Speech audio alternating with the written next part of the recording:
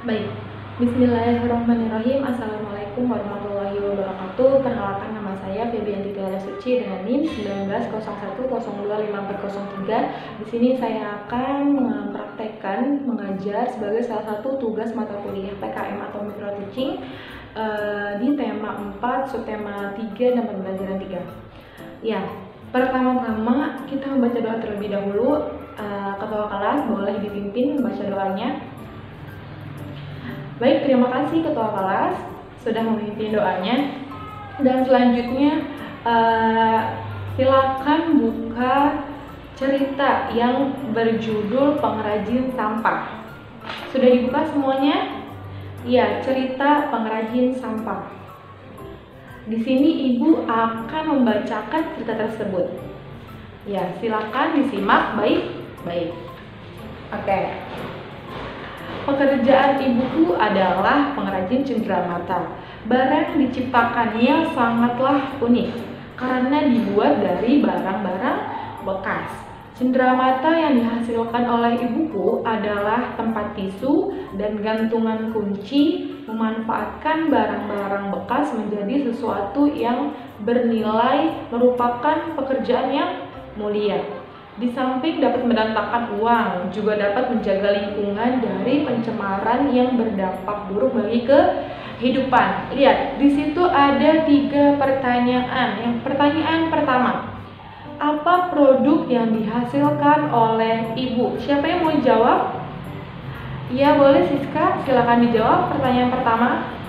Ya, benar sekali. Produk yang dihasilkan oleh ibu dalam cerita tersebut adalah pengrajin cenderamata. Produknya itu adalah cenderamata. Nah, pertanyaan yang kedua, mengapa kita perlu memanfaatkan barang bekas? Ya, siapa yang mau jawab? Ya, boleh Lita, silakan dijawab pertanyaan kedua. Benar. Mengapa kita perlu memanfaatkan barang bekas? Karena yang pertama apa? Dapat menghasilkan uang. Yang kedua, dapat melindungi kita dari pencemaran polusi. Terus juga dapat melindungi kita dari pencemaran yang buruk-buruk bagi lingkungan.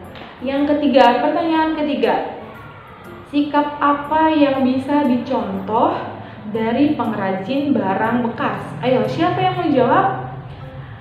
Iya, boleh Nina, silakan dijawab. Sikap apa sih yang bisa kita tiru dari cerita tersebut?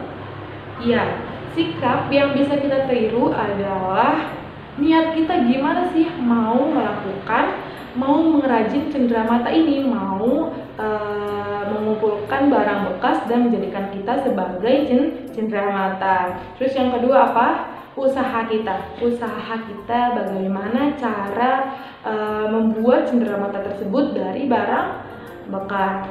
Ya, terus yang selanjutnya ini kita akan membuka materi yang berjudul mengelola sampah. Baik, buka bukunya.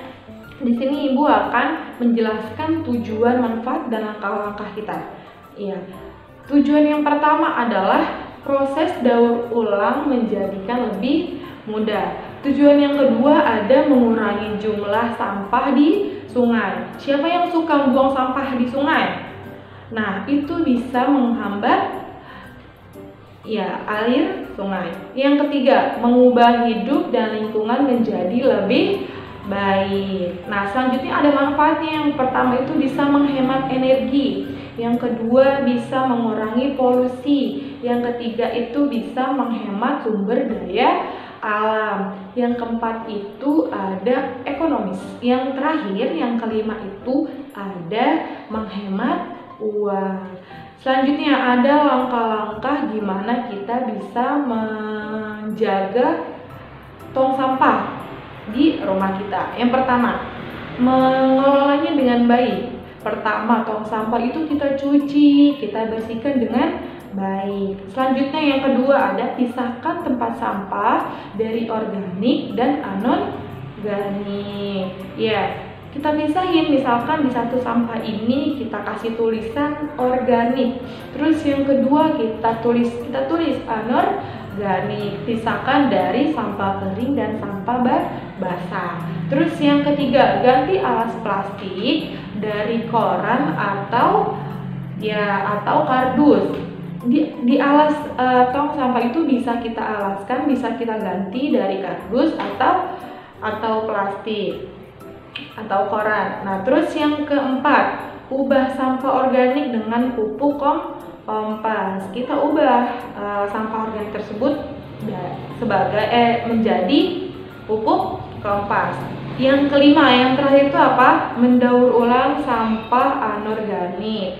Ya, mendaur ulang sampah-sampah yang kering. Kita bisa mendaur ulangnya, bisa kita misalkan barang bekas aqua kita bisa menjadikan itu sebagai cenderamata atau sebagainya.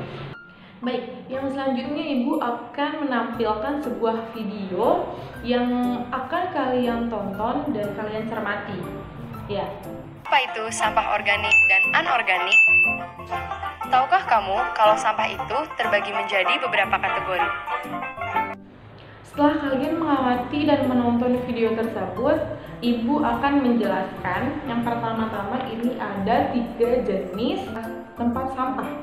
Yang pertama, yang warna hijau ini adalah sampah organik. Siapa yang tahu arti dari sampah organik? Iya, boleh, Raka. Pintar. Sampah organik adalah sampah yang terbuat dari sisa-sisa material biologis yang dapat membusuk dengan mudah. Contohnya seperti apa? Seperti sisa-sisa makanan, terus dedaunan kering, terus juga buah-buahan. Nah, sampah organik ini bisa kita kenal juga sebagai sampah basah. Nah, terus yang kedua yang warna kuning ini ada tempat sampah anorganik. Ya, tempat sampah anorganik ini adalah jenis sampah yang bahan-bahannya itu secara biologis sangat lama penanganannya untuk diolah. Ya, sampah anorganik ini contohnya seperti dedaunan, styrofoam, kertas, kaleng. Nah, seperti itu.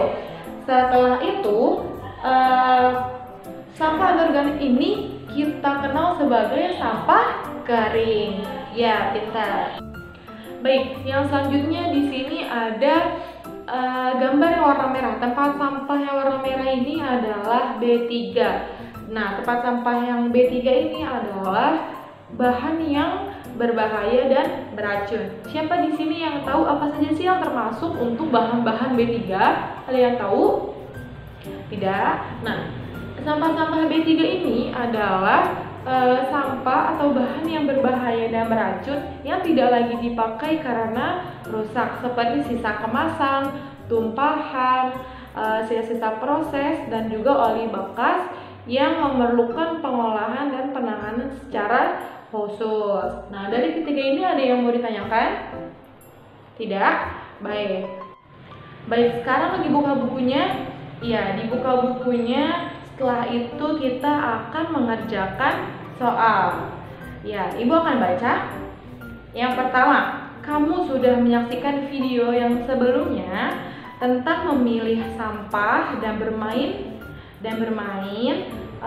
Sekarang klasifikasikan gambar-gambar sampah berikut. Beri warna pada tempat sampah di sampingnya. Nah, seperti ini. Ya, seperti ini. Masukkan jenis-jenis sampah ini dan cocokkan. Yang berwarna hijau adalah sampah organik, dan yang berwarna kuning adalah sampah anorganik, dan yang berwarna merah adalah sampah berbahan B3 yang berbahaya dan beracun. Ya, silakan dikerjakan. Baik, setelah mengerjakan tugas, di sini Ibu akan membahasnya.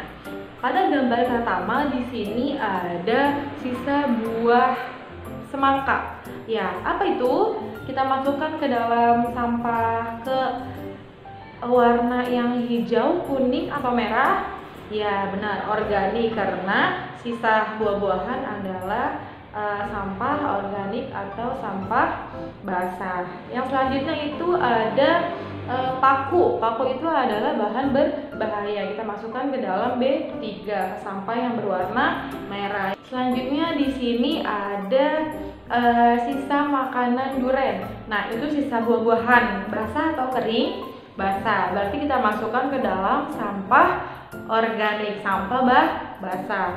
Selanjutnya ibu akan memberikan sebuah video yang akan ditampilkan. Maka video tersebut tolong dicermati dan dipahami. Lakukan caranya dengan menggunakan metode 4R, yaitu reuse, reuse, recycle, and replace. Setelah kita menonton video tersebut, ada yang tahu judul apa dari video tersebut? Pintar, judul video tersebut adalah penanggulan sampah. Ada yang tahu? Ada 4R. 4R itu apa ya? 4R itu adalah reduce, reuse, recycle, dan replace. Nah, sekarang ibu mau kalian semua bentuk 5 kelompok. Satu kelompoknya ada 4 siswa. Ya, di sini kan ada 20 orang kan? Ya, ada 20 orang. Dan ibu mau kalian buat 5 kelompok. Dan per kelompoknya terdapat 4 siswa. Nah, setelah membentuk 5 kelompok, sudah membentuk semuanya? Sudah. Dari masing-masing kelompok, ibu akan tugaskan per kelompok itu membuat rangkuman dari video tersebut, terutama dari 4R itu. Pertama apa? Reduce, reuse, recycle, dan replace. Jelaskan dari 4R itu dan berikan contoh dari masing-masing 4R tersebut. Bisa? Apakah semua kalian bisa? Baik, setelah membuat cerita tersebut, ada yang bisa menyimpulkan, ada yang bisa menilai dari cerita tersebut. Siapa yang tahu judul dari cerita tersebut? Pintar. Judul dari cerita tersebut adalah Bapak Tukang Sampah. Nah, siapa yang suka mengeluh kalau ada Bapak Tukang Sampah? Pintar. Di situ ada Theo dan Andi. Kenapa Theo dan Andi suka mengeluh? Ya, Theo dan Andi suka mengeluh karena setiap pergi mau berangkat sekolah selalu berpas-pasan dengan Bapak Tukang Sampah. Baik, apa yang bisa kita nilai dari sikap Theo dan Andi?